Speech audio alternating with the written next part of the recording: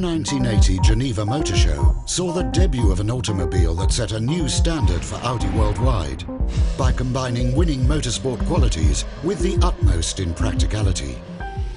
In celebrating the 30th anniversary of that car this year, Audi presents the Audi Quattro Concept, a show car that provides 300 kilowatts or 408 horsepower, 5-cylinder turbocharged engine, a lightweight body, and the latest generation of Quattro permanent all-wheel drive.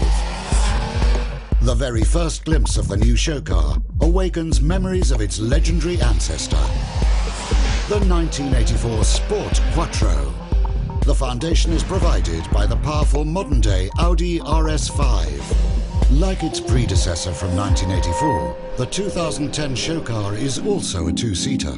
The body is made primarily of aluminium, with the hood, the rear hatch, and other components made of carbon. As a result, the Audi Quattro Concept weighs just 1,300 kilograms, or 2,866.01 pounds, almost exactly the same as the Sport Quattro from 1984. The lightweight know-how of the Quattro Concept body will characterize Audi's entire production model portfolio in the future. In the Audi Quattro Concept, the longitudinal FSI Turbo accelerates from 0 to 100 kilometers an hour, or 62.14 mph, in only 3.9 seconds. The Audi Quattro Concept uses the latest evolutionary stage of the Quattro permanent all-wheel drive system to deliver its power to the road. The interior of the coupe is reduced and clean. The dashboard is very slender and seems to float over the separate center console.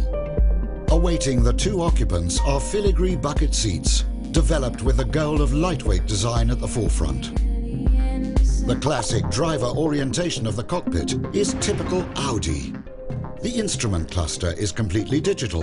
The large three-dimensional display contains all of the information required by the driver and replaces the classic MMI central display.